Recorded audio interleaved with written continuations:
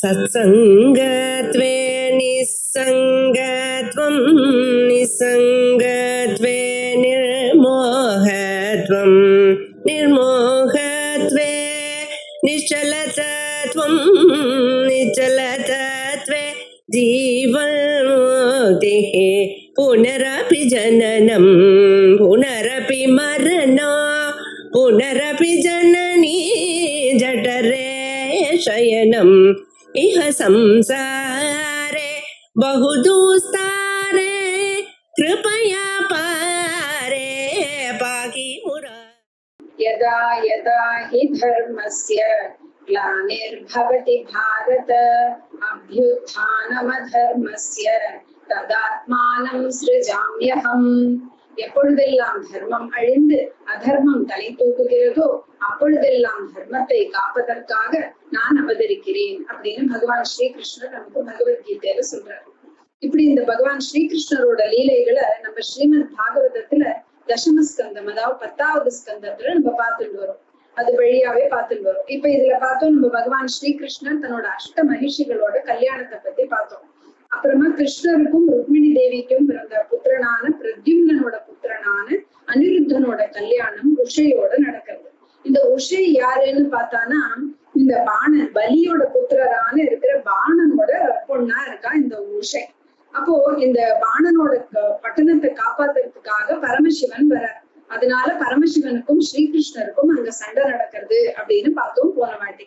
இப்போ அந்த சண்டைய பத்தி கேக்குறவாளுக்கு என்ன பலஸ்ருதி அப்படின்னு சொல்லியிருக்குன்னா, ஏவம் கிருஷ்ண விஜயம் சங்கரேண ச சயுகம் சம்ஸ்வரேத் பிராதருத்தாய ந தஸ்ய ஸ்யாத் பராஜயஹ.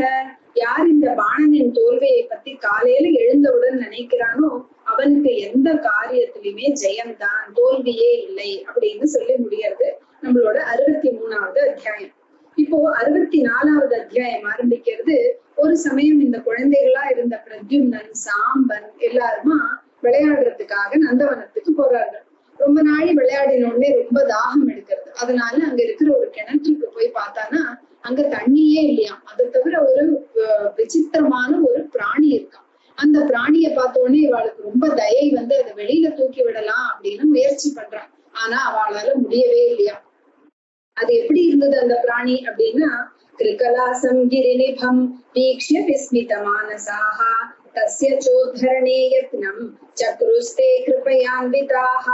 கிரிநிபம் ஒரு மலை போல் பெருசா இருந்ததா அந்த கிருகலாசம் அப்படிங்கிற ஓணான். அது ஓணானுக்கு பெயர். ஓணான் அவ்வளவு பெருசா இருந்ததுதான். அதை பார்த்து இவர்களுக்கு எல்லாம் விஸ்மித மானசாக ரொம்ப ஆச்சரியமா ஆயிடுது. சரி, நம்மளால தூக்க முடியலையே அப்படின்னு சொல்லிட்டு அவ கிருஷ்ண பகவான் கிட்ட போய் சொல்றான். எல்லா லோகங்களையும் அருளற அந்த அரவிந்தாட்சனா இருக்கிற கிருஷ்ணருக்கு அந்த ஓணானை பத்தி தெரியும். அதனால அவர் வந்து அதை இடது கையால விளையாட்டா எடுத்து விடுறாராம்.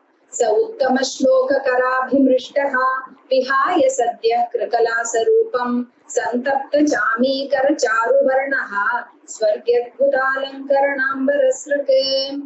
அந்த பகவான் எப்படிப்பட்ட கைகளை வச்சு தொடுறார்? கராபி மிருஷ்டகா, தன்னுடைய கைகளால அதை தொட்ட உடனே உத்தம ஸ்லோகா, அவர் ஒரு உயர்ந்த குணமுள்ள அந்த பகவான் அதை தொட்ட உடனே சத்யஹா விஹாய, உடனேயே அது அந்த கிருகலாச ரூபத்தை விட்டுட்டு ஒரு பெரிய ஒரு அழகான ஒரு தேவனா மாறுறதான். அந்த தேவன் எப்படி இருந்தா? சந்தப்த சாமீகர சாருவரணகா, உருக்கின தங்கம் மாதிரி காந்தியோடையும் அற்புதமான அலங்காரம், வஸ்திரம், மாலைகள் எல்லாம் போட்டுட்டு ஒரு தேவனாக மாறினான் அந்த ஓணானா இருக்கிறவன். பகவானுக்கு அவனை பற்றி தெரியும். ஆனாலும் அங்கே இருக்கிறவர்கள் எல்லாம் தெரிஞ்சுக்கணும் அப்படிங்கறதுனால பகவான் கேக்குறார், நீங்கள் யார்? இவ்வளவு காந்தியோடு இருக்கிறீர்களே, நீங்கள் எப்படி இந்த ஓணானோட ரூபத்தை எடுத்தீர்கள் அப்படின்னு கேக்குறார். ஏன்னா தேவர்கள்லயே சிரேஷ்டமா இருக்கிறவாளுக்கு தானே இப்படிப்பட்ட ரூபமும் காந்தியும் இருக்கும் அப்படின்னு பகவானுக்கு தெரியுது. அப்படி கேட்ட உடனே அந்த சூரியன் மாதிரி பிரகாசிக்கிற தன்னோட கிரீட்டத்தை பகவானோட தலையில வச்சு வணங்கிட்டு அவன் சொல்றான், அந்த தேவன் நிருகவாச்ச, நிருக மகாராஜன் அப்படிங்கிறதுதான் அந்த ஓணானா இருந்த அந்த தேவனுடைய பேர். நிருகவாச்ச நிருகோ நாம நரேந்திரோஹம் இக்ஷ்வாகு தனய பிரபோ தானிஷ்வாக்கியாயமானேஷு எதிதே கர்ணமஸ்பிருஷம். என்னுடைய பேர் நிருகன் அப்படிங்கிறதுதான் என்னோட பேர். இக்ஷ்வாக்கு தனையா, இக்ஷ்வாக்குவோட பிள்ளை நான்.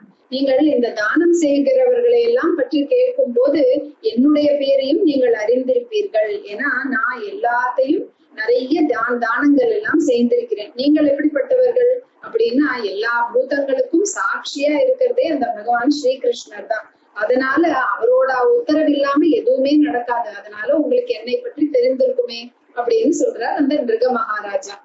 யாவத்யஸ்ய கதா பூமேஹே யாவத்யோ திவிதாரகாஹ யாவத்யோ வர்ஷதாராஷ்ச தாவதீரதம் ஸ்மகாஹ. நான் என்ன தானம் செய்தேன் அப்படின்னா அததம் காஹா, நிறைய பசுமாடுகளை தானம் செய்தேன். எவ்வளவு செய்தேன் அப்படின்னு பார்த்தா யாவத்யா சிகதா பூமேஹே, இந்த பூமியில எவ்வளவு மணல் இருக்குன்னு எண்ண முடியுமா அந்த மணல் எவ்வளவு இருக்கோ அவ்வளவு. திவிதாரகாக, ஆகாசத்துல இருக்கிற நட்சத்திரங்களின் எண்ணிக்கைப்படி அவ்வளவு இருந்தது. யாவத்தியோ வர்ஷதாராஷ்ச, இந்த மழை தாரைகள் எவ்வளவு இருக்கோ அவ்வளவு நான் தானம் செய்தேன். ஆனா ஏதோ ஒரு மாட்டை அவன் கொடுக்கலையாம். அந்த ராஜா எப்படிப்பட்ட மாட்டை கொடுத்தானாம் அப்படின்னா பயஸ்வினி தருணி ஷீல ரூபாஹா குணோபபன்னா கபிலா ஹேமஸ்ருங்கீஹி நியாயார்ஜிதா ரூப்ய புராசவத்சாஹா துகூலமாலாபரணாததாவஹம் அகம் ததா. நான் எப்படிப்பட்டதை கொடுத்தேன் அப்படின்னா அகம் ததோ அப்படின்னு சொல்றார். பயஸ்வினி, அது பால் கொடுக்கறாதாவும் இருக்கணும். சிறு வயது தருணீகி, சிறு வயதா இருக்கிற மாடு. ஷீலரூபா, நல்ல ஸ்வபாவம் உள்ளதும் அழகு உள்ளதும் நல்ல வர்ணத்துல உள்ளதும், அதோட கொம்புகள் எல்லாம் வெறும்னு இல்லை, அதுல எல்லாம் தங்கத்தை கட்டி நியாயார்ஜிதா, நல்ல நியாயமா வெளியில வந்ததும், குழம்புகள்ல எல்லாம் வெள்ளியால அலங்காரம் செய்யப்பட்டு நல்ல பட்டு வஸ்திரங்களையும் போர்த்தி மாலைகள் எல்லாம் போட்டு அந்த மாதிரி உள்ள மாடுகளை தான் நான் தானம் பண்ணினேன் அப்படின்னா. அந்த பசுக்களையும் யார் கேட்டாலும் எல்லாருக்கும் கொடுக்கலையாம். அவருக்கு எப்படிப்பட்டவர்களுக்கு, ஏன்னா எப்படிப்பட்டவர்களுக்கு தானம் செய்யணும் அப்படின்னு இருக்குல்ல. தேசே காலேச்ச பாத்திரேச்சன்னு பகவான் எப்படி நமக்கு கீதையில சொல்லியிருக்காரோ, மிருக மகாராஜா சொல்றார், நான் எப்படி அதை தானம் செய்தேன், எப்படிப்பட்டவர்களுக்கு நான் அதை கொடுத்தேன் அப்படின்னா குணசீலவத்யா, யாருக்கெல்லாம் வைராக்கியம் சாந்தி அப்படிப்பட்ட நல்ல குணங்கள் எல்லாம் உண்டோ அவர்களுக்கு. சீதத் குடும்பேபியா, யாரெல்லாம் கஷ்டப்படுற குடும்பத்துல இருக்காரோ அவர்களுக்கு. ரித்து பிரதேபியா, உண்மைய பேசுவேன் அப்படிங்கறத விரதமா வச்சுருக்கிறவர்களுக்கு. தபஸ்ருத பிரம்மவதான்ய சத்யா, தபசு வேதாத்தியனம் எல்லாம் செய்பவர்கள். யுவபியா, நல்ல யுவகர்களா இருக்கவர்கள். த்விஜ புங்கவேபியா, த்விஜோத்தமர்களா இருப்பவர்களுக்கு தான் நான் இந்த பசுமாட்டுகளை தானம் செய்தேன். பசுமாடுகள் மட்டுமா, பசுக்கள், பூமி, ஸ்வர்ணம், வீடு, குதிரைகள், யானைகள், வெள்ளி, படுக்கை, வஸ்திரங்கள், ரத்னங்கள், வீட்டு சாமான்கள், ரதங்கள் எல்லாம் கொடுத்தேன். இதை தவிர பூர்த்தம் நிஷ்டா பூர்த்தம் அப்படின்னு சொல்ற மாதிரி யாகங்கள், குளம், கிணறு, சத்திரம் எல்லாம் நான் மக்களோட நன்மைக்காக செய்தேன் அப்படின்னு சொல்றேன். அப்போ என்னாச்சு, ஒரு சமயம் இந்த மாதிரி நான் கொடுத்த போது ஒரு பிராமணருக்கு நான் கொடுத்த பசுவானது அந்த கூட்டத்தில இருந்து பிரிஞ்சு என்னோட பசு கூட்டத்துல, நான் இதெல்லாம் இன்னும் தானம் கொடுக்கணும்னு வச்சுட்டு இருந்த பசுமாட்டுகளோட கூட்டத்துல கலந்துடுது. அது எனக்கு தெரியாது. நான் என்ன பண்ணேன், அதை இன்னொரு பிராமணனுக்கு தானமா கொடுத்துட்டேன். அந்த பசுவை எடுத்துக்கொண்டு இந்த பிராமணன் போகும்போது அந்த பசுவோட நிஜ சொந்தக்காரர் இது என்னோடது அப்படிங்கிறார். தானம் வாங்கினவனோ இது என்னுடையது அப்படிங்கிறான். இப்படி அவர்கள் ரெண்டு பேருமே விவாதம் செஞ்சுட்டு என்கிட்ட வர்றார்கள். நீங்க தானே தானம் கொடுத்தீர்கள் அப்படின்னு ஒருத்தன் சொல்றான், நீங்கள் தான் அபகரித்தீர்கள் அப்படின்னு இன்னொருத்தன் சொல்றான். இதை கேட்டு எனக்கு பிரமையே பிடிச்சிருக்கு. அனுநீதாவு பௌ விப்ரௌ தர்ம கிருஷ்ணகதே நவை கவாம் லக்ஷம் பிரகிருஷ்டானாம் தாஸ்யாம் ஏஷா பிரதீயதாம். இப்படி இந்த ரெண்டு விப்ரர்களும் என் முன்னாடி விட்ட உடனே எனக்கு என்ன செய்யறதுன்னு தெரியல. அதனால சொன்னேன், லட்சம் பசுக்கள் உங்களுக்கு தரேன், இந்த ஒரு பசுவை எனக்கு திருப்பி கொடுத்துருங்கோ அப்படின்னு கேட்டேன். ஆனா அவர்கள் இரண்டு பேருமே எனக்கு இந்த பசு தான் வேணும், எனக்கு இந்த பசு தான் வேண்டும் அப்படின்னு சொல்லிட்டார்கள். அதனால நான் நரக்கத்துல விழுந்தேனே, இப்படி விழுந்துடுவேனேன்னு அவர்கள்ட்ட கேட்டும் அவர்கள் ஒத்துக்கொள்ளவில்லை. அதனால இப்போ என்ன பண்றார்கள், இந்த யமதூதர்கள் எல்லாம் என்னை யமலோகத்துக்கு அழைத்து போறார்கள். அப்போ யமராஜன் கேட்கிறார், நீ முன்னாடி நிறைய புண்ணிய செயல்கள் எல்லாம் பண்ணியிருக்கிறாய், ஆனா இந்த பாப்ப செயலும் நடந்து விட்டது. அதனால நீ முன்னாடி நீ பாப்பத்தோட பலனை அனுபவிக்கிறாயா இல்ல புண்ணியத்தோட பலனை அனுபவிக்கிறாயா அப்படின்னு யம தர்மராஜர் என்கிட்ட கேட்டார். பூர்வம் தேவா சுபம் புஞ்சே இதி பிராஹ பதேதி சஹ தாவத் ராட்சமமாத்மானம் கலா சம்பதன் பிரபு. அதனால அசுபம் பூஞ்சி, நான் முதலில் என்னுடைய என்ன கெட்டது நடக்கணுமோ அதை முதல்ல நான் அனுபவிச்சுக்கிறேன் அப்படின்னு நான் சொன்னதுனால இந்த ஓணானோட ரூபத்தை நான் எடுத்துக்கொண்டு இங்க வந்தேன். இப்பொழுது உங்களுடைய கைகள் பட்டதுனால நான் திருப்பி தேவனாக மாறிவிட்டேன் அப்படின்னு அந்த நிருக மகாராஜா சொல்றார். நிருகருக்கு பகவானை பார்த்ததுல ரொம்ப சந்தோஷம், அதனால ஸ்துதி பண்றார். ஹே தேவதேவ ஜெகநாத கோவிந்த புருஷோத்தம நாராயண ரிஷிகேஷ புண்ணிய ஸ்லோகாச்சுதாவ்யய அனுஜானீஹி மாம் கிருஷ்ண யாந்தம் தேவகதம் பிரபோ யத்ர க்வாபி சதச்சேதஹ பூயான்மே த்வத்பதாஸ்பதம். ஹே தேவதேவா, தேவர்களுக்கெல்லாம் தேவனே, ஜெகநாதா, இந்த ஜெகத்துக்கே நாதன் நீதானே. ஹே கோவிந்தா, ஹே புருஷோத்தமா, ஹே நாராயணா, ஹே ரிஷிகேஷா அப்படின்னு கூப்பிடுறார். அதனால நான் இப்பொழுது திவ்யலோகத்துக்கு போகிறேன். எனக்கு என்ன ஒரே வரம் வேணும் அப்படின்னா அனுஜானி, எனக்கு இப்பொழுது அனுமதி கொடுங்கள். ஆனாலும் நான் எந்த லோகத்துல இருந்தாலும் என்னோட மனசு உங்க திருவடிகளையே நாடணும், அதையே தியானிக்கணும் அப்படிங்கிற அருள் இதை மட்டும் எனக்கு கொடுத்துருங்கோ அப்படின்னு சொல்றார். அப்படிங்கிற ஒரு அருளை எனக்கு மட்டும் அந்த ஒரு அது உன் திருவடிகளையே தியானிக்கிற மாதிரி என் மனசு ஆகணும் அப்படின்னு சொல்லிட்டார் அந்த நிருக மகாராஜா. நமஸ்தே சர்வபாவாய பிரம்மணே நந்த சக்தயே கிருஷ்ணாய வாசுதேவாய யோகானாம் பதயே நமஹா. நமஸ்தே சர்வ பாவாய, இந்த லோக சிருஷ்டிக்கே காரணமானவனே, அனந்த சக்தியே, உன் சக்திக்கு எல்லை இல்லாதவனே. அதனால என்ன இப்பொழுது அழகா அவன் பகவானை சுற்றி அவரை நமஸ்காரம் செஞ்சு, அப்போ ஒரு சிறந்த ஒரு விமானம் வருது, அதுல ஏறி அவர் போறார் அந்த நிருக மகாராஜா. அப்பொழுது ஸ்ரீ கிருஷ்ணர் சொல்ற, துர்ஜரம் பத பிரம்மஸ்வம் முக்தம் அக்னேர் மனாகபி தேஜீய சோபி கிமுத ராஜ்ஞாமீஸ்வர மானினாம். இதுல பகவான் என்ன சொல்றாரு, இப்படி மனாக் முக்தம் அப்படி ஒரு சிறிதளவே கொஞ்சமே அனுபவிக்கப்பட்டிருந்தாலும் பிரம்மஸ்வம், அந்த பிராமணனோட சொத்தானது அக்னேகே தேஜசியோபி, எப்படி ஒரு அக்னிக்கு துல்லியமா தேஜஸ் உடையவனுக்கு கூட துர்ஜரம் ஜீரணிக்கவே முடியாது. அப்படி இருக்கும் பொழுது ஈஸ்வரமானினாம் ராஜ்ஞாம் கிமுத, தங்களை எல்லாம் சமர்த்தர்கள் அப்படின்னு எண்ணிக்கொண்டிருக்கிற இந்த ராஜாக்கள் எல்லாம் எம்மாத்திரம் அப்படின்னு சொல்றாரு. இதுல என்ன சொல்ல வர்றாரு அப்படின்னா, ஒருத்தரோட சொத்தை, பிராமணனோட சொத்தை யாரும் அபகரிக்க கூடாது அப்படிங்கிறார். நாஹம் ஹாலாஹலம் மன்யே விஷம் யஸ்ய பிரதிக்ரியா பிரம்மஸ்வம் ஹி விஷம் புரோக்தம் நாஸ்ய பிரதிவிதிர் புவி. அகம் ஹாலாஹலம் விஷம் ந மன்யே யஸ்ய பிரதிக்ரியா அஸ்தி அப்படிங்கிற. நான் ஹாலாஹலத்தை ஒரு பெரிய விஷமா நினைக்கல, ஏன்னா அதுக்கும் மருந்து உண்டு. பிரம்மஸ்வம் ஹி விஷம் புரோக்தம், இந்த பிராமணனுடைய சொத்து தான் விஷம். அஸ்ய புவி பிரதிவிதிகி, நான் இதற்கு லோகத்தில் மருந்தே இல்லை, அதனால் யாரும் அந்த சொத்தை அபகரிக்க கூடாது அப்படிங்கிற. விஷமானது எப்படின்னா சாப்பிட்டவனை மட்டும் கொல்றது, ஆனா பிராமணனோட சொத்தானது ஒரு அரணியிலேந்து உண்டாகிற நெருப்பு மாதிரி அந்த குலத்தையே வேரோடு அறுக்கிறது. பிரம்மஸ்வம் துரனுஜாத்தம் புக்தம் ஹந்தி திரிபுருஷம் பிரசஹ்யது பலாத் புக்தம் தச பூர்வான் தசாபரான்.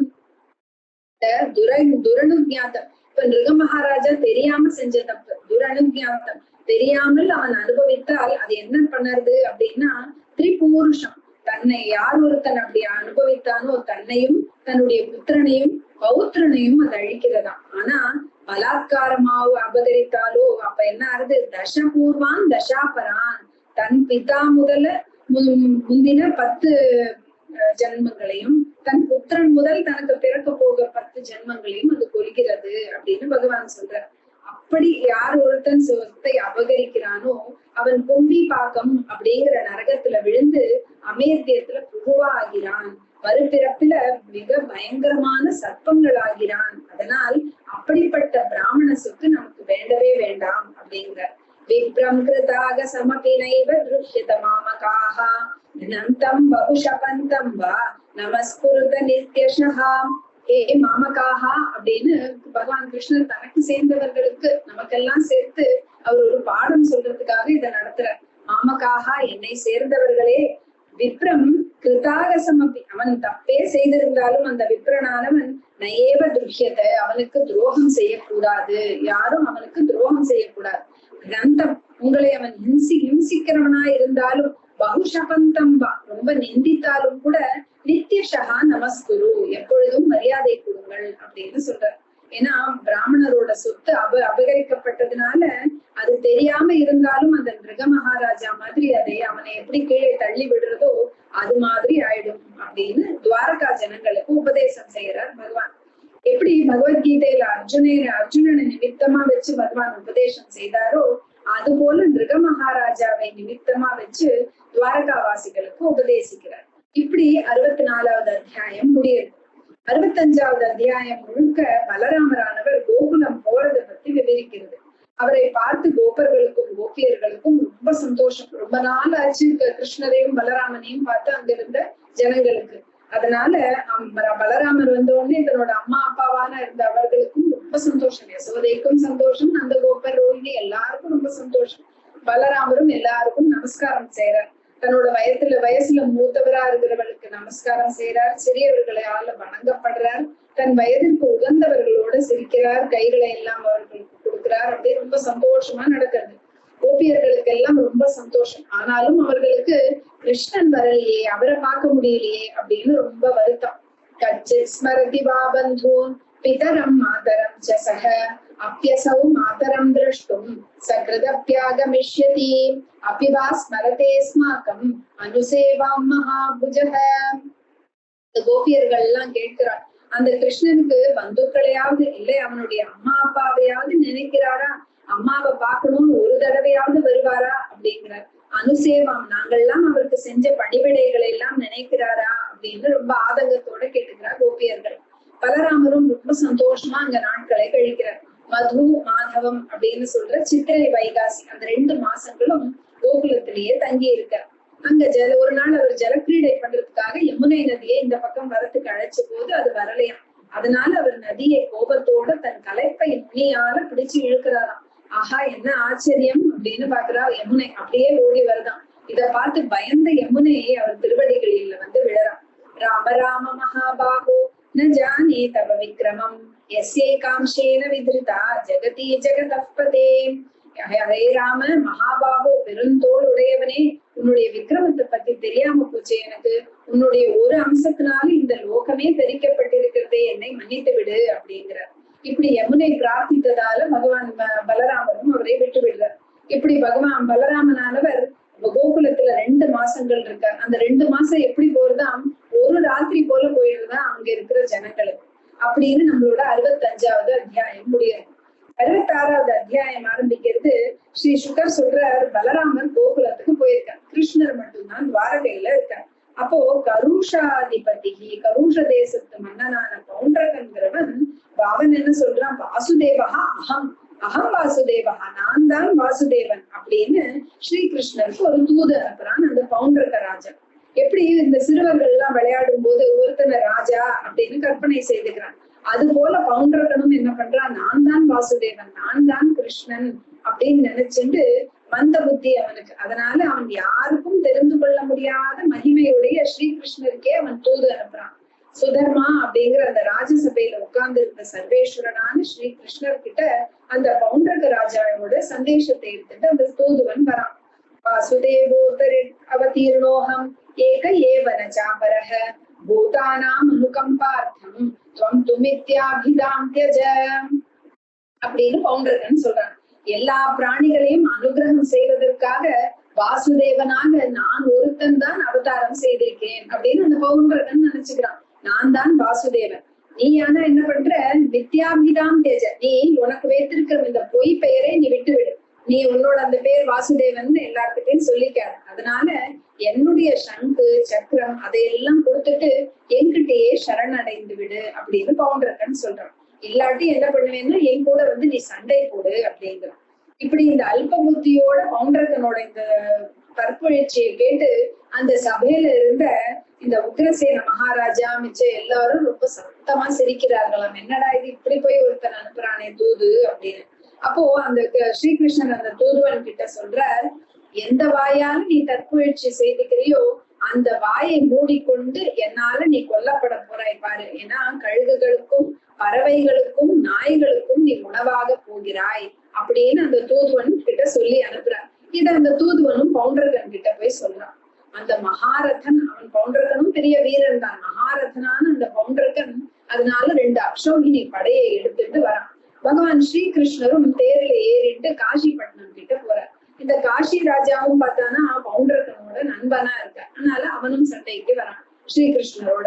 இந்த பவுண்டரகன் எப்படி வரான் அப்படின்னா, சங்கு, சக்கரம், வாள், கதை, தனுசு, ஸ்ரீவத்சம், கௌஸ்துபமணி, வனமாலை, மஞ்சள் பட்டாடை, நல்ல விலையுயர்ந்த கிரீடம், ஆபரணங்கள், மகர குண்டலம் எல்லாம் போட்டுட்டு ரொம்ப பிரகாசமா தன்னை எல்லாத்தையும் வச்சுட்டு அலங்கரிச்சுட்டு வரானாம்.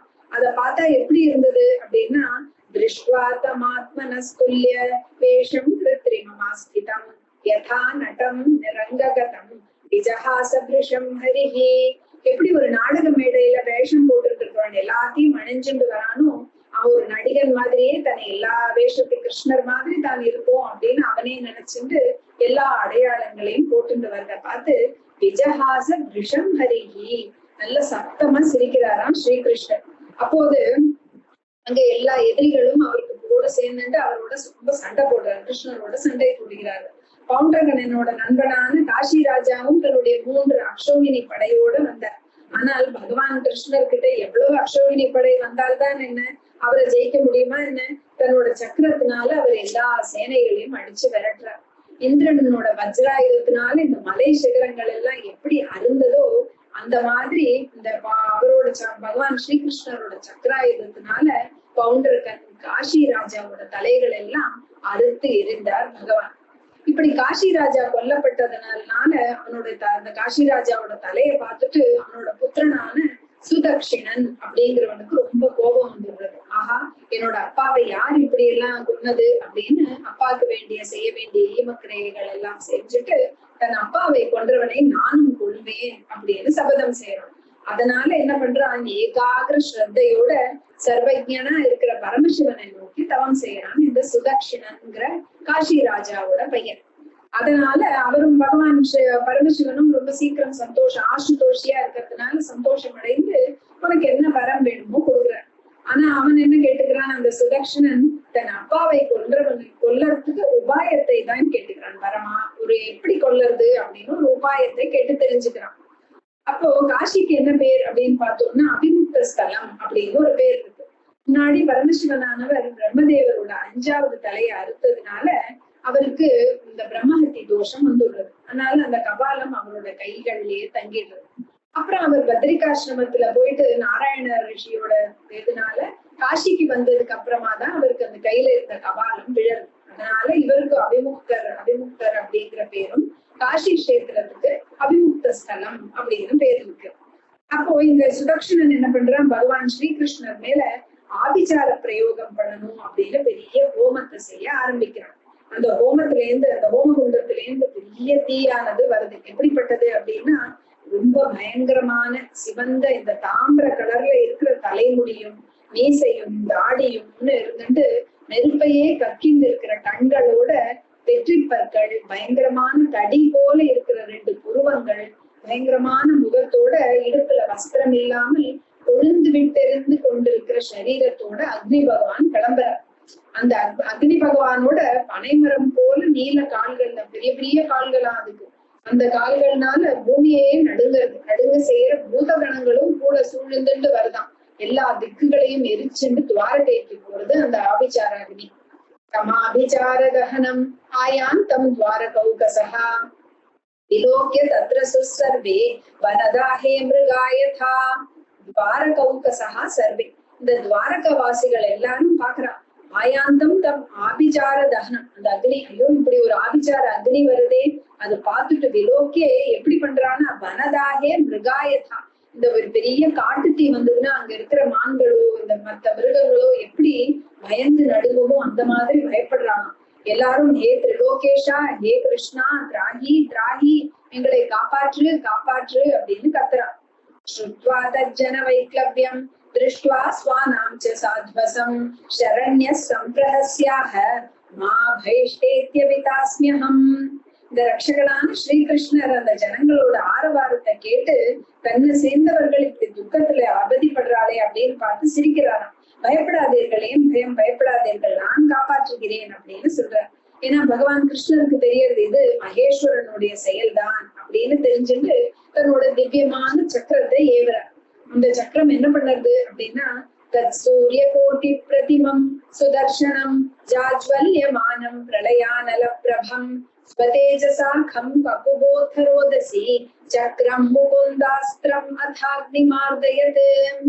தத் சூரிய கோட்டி பிரதிமம், சூரிய கோட்டி கோட்டி சூரிய பிரகாசமா அதுக்கு அந்த சக்கரத்துக்கு, கோட்டி சூரியனோட பிரகாசத்தோட அந்த சுதர்சனம் ஜாஜ்வல்யமானம் அப்படியே பளபளபளான்னு இருக்கான். பிரளய நலப்பிரபம், பிரளயானலப்பிரபம், பிரளய காலத்து அக்னி மாதிரி இருக்கு, அது ஜொலிக்கிறது. அது ஆகாசத்துக்கும் எல்லா திக்குகளையும் அது அப்படியே ஸ்வர்கலோகம் வரைக்கும் தேஜஸ், தன்னுடைய தேஜஸ்னால அந்த முகுந்தாஸ்திரம் ஸ்ரீகிருஷ்ணனோட அஸ்திரமான சுதர்சனம் அக்னி அதாரியத்து ஆர்தயத்து, அந்த அக்னிய ஹிம்சிக்கிறது, வந்திருக்கிற ஆபிச்சார அக்னிய அந்த இந்த இவரோட ஸ்ரீகிருஷ்ணனோட சக்கரபாணியா இருக்கிற அந்த ஸ்ரீகிருஷ்ணனோட அஸ்திர ஜுவாலையினால தாக்கப்பட்ட அந்த ஆபிச்சாரான அக்னியானது திரும்பி காசிக்கே வந்துடுறது. அங்க வந்து இந்த சுதர்ஷனன் மிச்ச எல்லோரையும் எரிக்கிறது.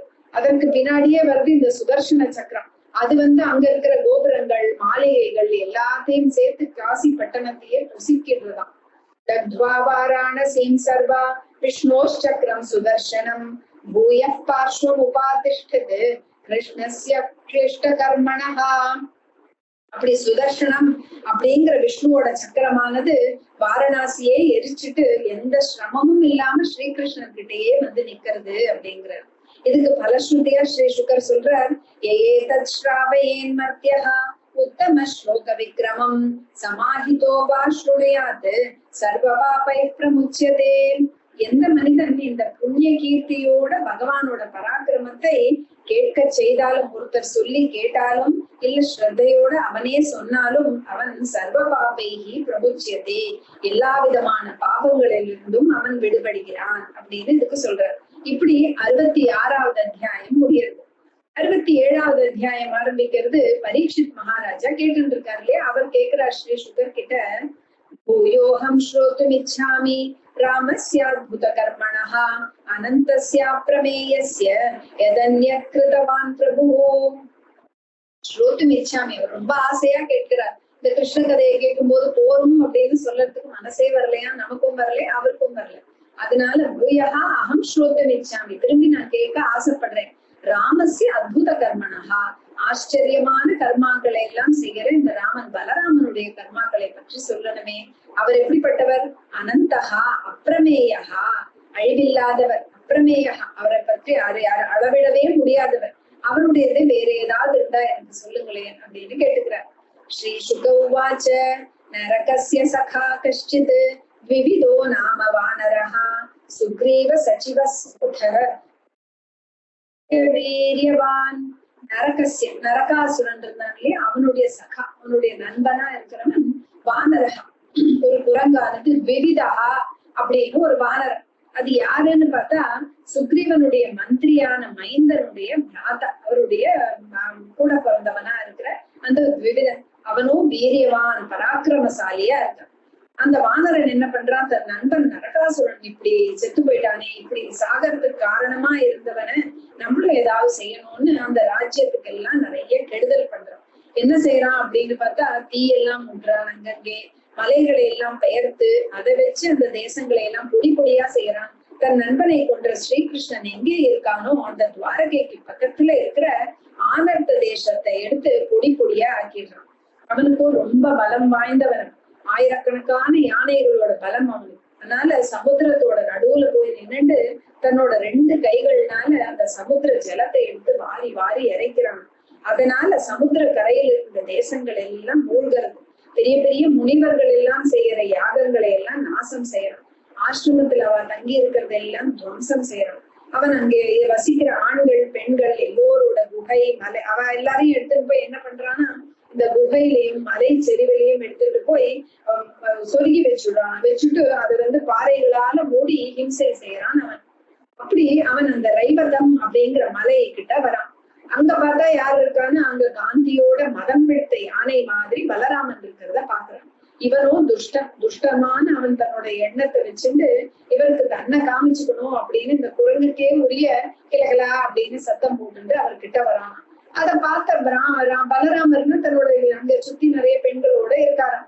அப்போ இந்த பக்கத்துல இருந்த அந்த பெண்கள்லாம் இந்த குரங்குக்கு தைரியத்தை பாரு அப்படின்னு சிரிக்கிறார்களாம். பலராமன் பார்த்து கொண்டிருக்கும் பொழுதே அந்த குரங்கானது அந்த பெண்கள் கிட்ட எல்லாம் சேஷ்டை செய்யறதான்.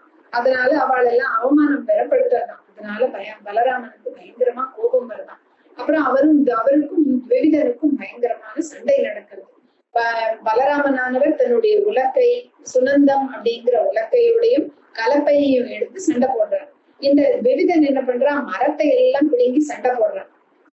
அந்த விவிதன் மரத்தை எடுத்து அடிச்சா இவர் அதை 100ஆ பழக்கிறார் பலராமன். அவன் உடனே இன்னொரு மரத்தை எடுத்து அடிக்கிறான். இப்படி அந்த காடுல இருக்கிற மரங்கள் எல்லாமே போயிடுறதுதான். எல்லாத்தையும் இவர் பலராமனானவர் சுக்கு நூறா பண்ணிடுறார். அப்புறம் கல்லெல்லாம் எடுத்து போடுறதா அந்த குரங்கு தன்னோட உலக்கையினால விளையாட்டா அந்த கல்லை எல்லாத்தையும் அவர் தொழியா பொடியா ஆக்கிடுறாரு. அப்புறம் அந்த வானரம் என்ன பண்றது, தன்னோட பனைமரம் மாதிரி இருக்கிற 2 கைகளை மடக்கி பலராமனோட இதயத்துல அடிக்கிறான். அப்போ பலராமனும் கோபம் வந்து உலக்கையும் கலப்பையும் கீழே எரிஞ்சிட்டு தன்னோட 2 கைகள்னால அந்த விவிதனை கழுத்துக்கு அடியில வச்சு அடிக்கிறார். அவனும் ரத்தத்தை கக்கிண்டு விழுந்து போயிடுறான், அவனும் செத்து போகிறான் அப்படின்னு வருது. ஏன்னா அவன் ரொம்ப துஷ்டனான வானரன். ஜெயசப்தோ நமசப்தஹ சாது சாத்விதி சாம்பரே சுரசித்த முனீந்திராணாம் ஆசீத் குசுமவர்ஷிணாம். ஜெய ஜெயா ஜெய ஜெயான்னு அங்க இருக்கிறவர்கள் எல்லாம் சாது சாது ரொம்ப நல்லது, நல்ல காரியம் செய்தீர்கள் அப்படின்னு அம்பரே அம்பரத்துல ஆகாசத்துல இருக்கிறவர்கள் எல்லாம் பூமாரி பொழியறார்கள். சுரசித்த முனீந்திரானா அங்க இருக்கிற சுரர்கள் சித்தர்கள் முனிவர்கள் எல்லோரும் குசும வர்ஷினாம் பூக்கள் எல்லாம் தூவி போட்டு ரொம்பவே சந்தோஷப்படுறான். இப்படிப்பட்ட ஒரு கெட்டவன் நமக்கு மடிஞ்சு நமக்கு தொல்லை கொடுக்காம இருக்கானே அப்படின்னு.